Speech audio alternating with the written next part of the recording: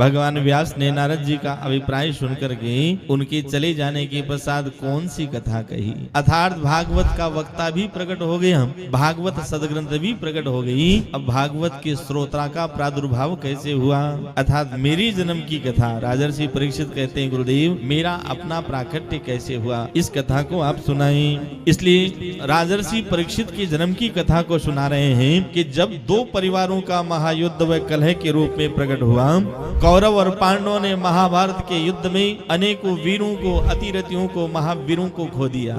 रक्त की नदी बह निकली। एक ही परिवार के अनेक समुदायों के रूप में सब हताहत होकर के वीर गति को प्राप्त हो गई।